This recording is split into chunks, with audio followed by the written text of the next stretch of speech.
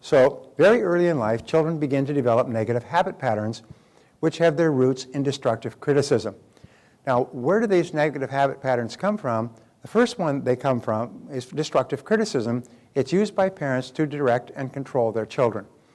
Now, destructive criticism happens when the child is told, don't, get away from there, stop that. How many times have I told you, whack, slap, punishment?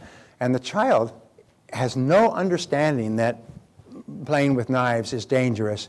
They don't understand what's going on. They only know that if I try something new, Mommy and Daddy get really mad at me and they shout at me and they hit me. So if I try something new, I'm in danger. So I've got to avoid doing anything new. I've got to avoid touching, tasting, feeling things. I can't. And they develop this feeling of I can't. And this feeling of I can't eventually moves, as we say, becomes the inhibitive negative habit pattern. We feel inhibited from trying to do things. We feel inhibited. We feel incompetent, incapable. I'm too small. I can't. And in adult life, this manifests itself. This pattern triggers the response of I can't, which creates the fear of failure. And the fear of failure is the greatest single obstacle to success in adult life. It's not that we cannot do extraordinary things with our lives. It's just that we have such fears, and the fears are irrational. They're not based on anything. They're based on childhood experiences. General MacArthur once said, there is no security in life, there is only opportunity. But unfortunately, the bottom 80% of the population are preoccupied with security, and even into the top 20%, and they think about security all the time, and they're traumatized about taking risks. Here's an interesting discovery about the fear of failure. I can't. And that is that the fear of failure is expressed in the body. And if you take the human body and you turn it sideways, so here's the body, here's the head, okay? And then you divide the human body in half, this way, that is laterally, and you get the front of the body and the back of the body.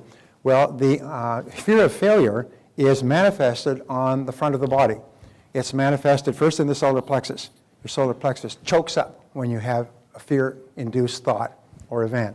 And then it'll dry out your throat. And it'll often cause you to have headaches. And it will often cause your bladder to run, and you have to run and go to the bathroom. Sometimes it'll cause you phlebitis and things. It'll cause you stomach pains. It'll cause your heart to pound faster. And these are all manifestations of the fear of failure. Sometimes I would use an example of this by saying, now, the biggest single fear in America, ahead of the fear of death, is the fear of public speaking. Standing up in front of an audience and speaking. And so in order to help you overcome that fear, now this is an exercise.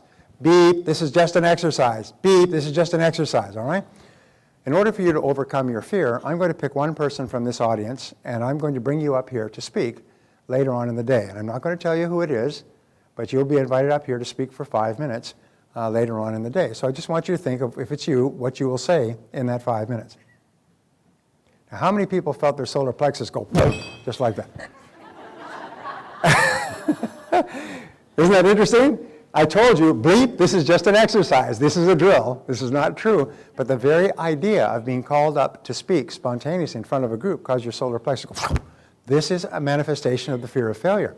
Imagine what happens when you're given a business opportunity or an opportunity for a new job or a new promotion or even setting a new goal and committing yourself to embarking on a new course of action, to paying money to do something that you haven't done before, to learn a new subject. You would choke up all the way here. Pretty soon you can find yourself tossing and turning at night. What if I said I'm going to call you up tomorrow? You don't know who it is, but I'm going to be one of you, and I look at you like this, and I give you a big smile, so you think, oh my God, he's looking right at me. It's going to be me.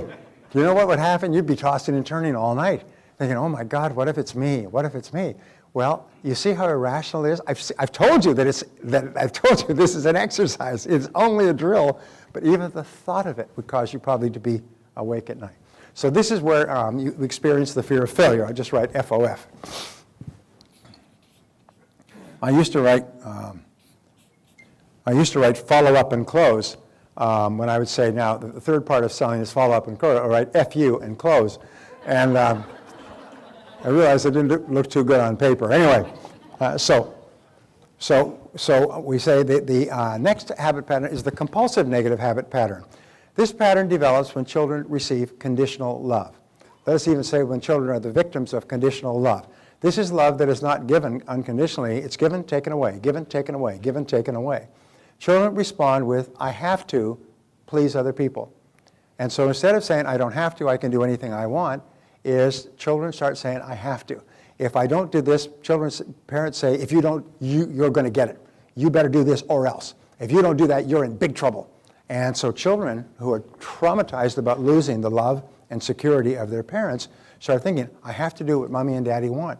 I have to do what they want, or they'll get mad at me. They won't love me. I won't be safe. I'll be in great danger. And so what they do is they start saying, I have to. I have to do what mommy says. I have to go now. I have to do this. I have to do that. I have to, I have to, I have to. Children who have been the victims of conditional love grow up with what is called hypersensitivity. And as adults, they are hypersensitive to the opinions of other people. They can't do anything without getting the approval of others. They've got to ask other people. What if somebody disapproves? What if they don't like me? What if they're mad at me? And so they are actually like a deer caught in the headlights. When it comes to anything new or different, they're paralyzed. In selling, for example, the most important quality in selling or in entrepreneurial business is the quality of boldness. It is the quality of actually getting out there, Brett, you know what I'm talking about, and doing it, right? Instead of talking about it and planning for it. And the fear of rejection, the fear of criticism, the fear that other people may disapprove is so traumatizing that it causes people to paralyze and not try anything new or different. So, the compulsive negative habit pattern creates the fear of rejection and also the fear of criticism. This fear of rejection is experienced by adults as type A behavior. Now, there are many people here who have what is characterized as type A behavior. I'll talk about this in greater length tomorrow. But type A behavior is an obsessive desire to earn the approval of the boss. We can never earn enough approval from the boss. I've had people working for me who could have the best year in history, be #1 in the history of the company, and on January 1st, they feel that they're starting all over again. They feel that they have no success, no approval, and they're always scrambling. And what happens with type A behavior is you are trying to perform to what is called an undetermined high standard. In other words, you never know. You can never get there. You can never reach the point where you can relax because you never did get the unconditional love that you needed, and you can never get it from your boss. But we'll talk about that tomorrow. So we say that if you repeat over and over again, I like myself, your self-esteem increases and your fears will diminish. Now this is one of the great breakthrough thoughts.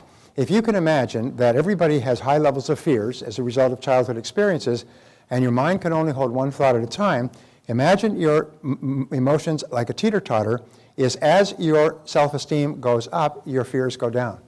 And the more you like yourself, the less you fear failure. The more you like yourself, the less you fear rejection. The more you like yourself, the more you realize that if you do fail, it doesn't mean you're a failure. It means you tried something that didn't work out.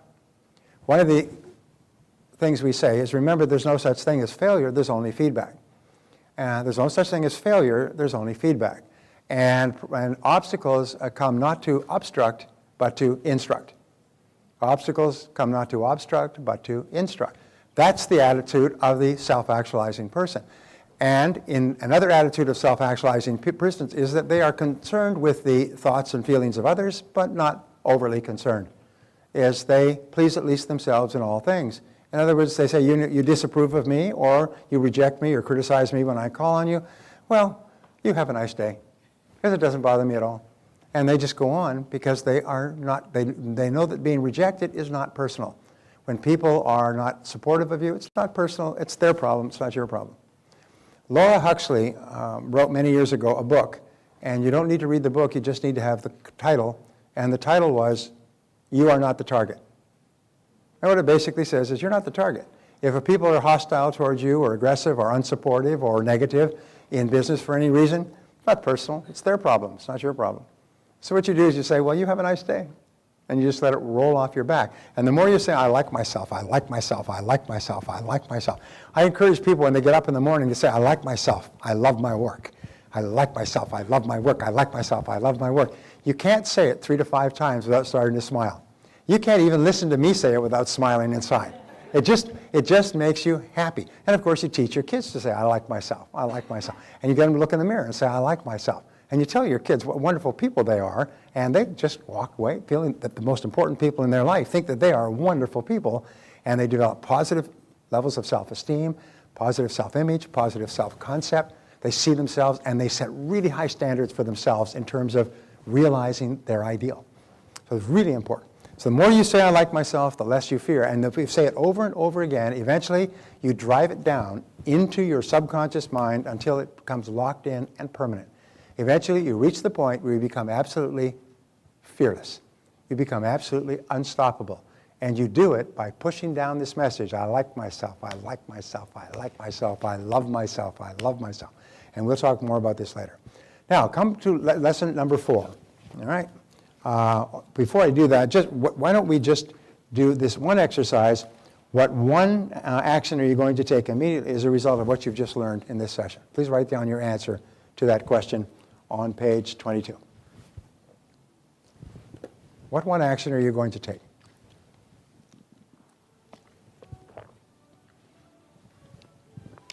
Or what one thing are you going to do differently?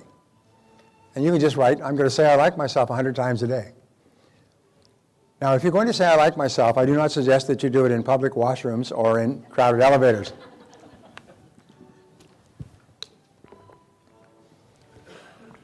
But prior to every sales call, say, I like myself, I like myself, I like myself. Prior to every phone call, I like myself, I like myself, I like myself. And your confidence goes up and your fears drop. And remember, self-esteem is the foundation of self-confidence, and self-confidence is the critical determinant of success in public life. Interesting study recently, self-confidence is also the foundation of sex appeal. Did you know that?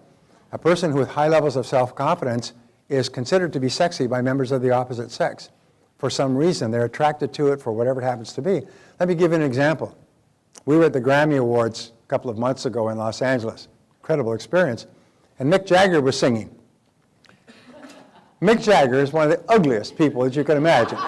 He looks like he's been beat with an ugly stick, you know, without stopping, and yet he has so much self-confidence that literally women crawl over broken glass and line up around the block to service him. I mean, it's an unbelievable thing. Yeah. No, it's an unbelievable thing because he's got so much self-confidence. It connects with some animal part of our nature. And the higher your level of self-esteem is, the more attractive you are, not only to members of the opposite sex, but the more attractive you are to other people. You know, the President of the United States, Mr. Obama, is called No Drama Obama because he seems to be so confident and completely in charge and in control of himself all the time. And people run to the voting booths and vote for him because he seems to be so confident. Why? And so we're not even going to talk about politics, but the person who has the greatest level of confidence exudes that confidence, and it affects everybody around them. Everybody wants to be working with and for and around people who have self-confidence, and the more you like yourself, the higher is your self-confidence.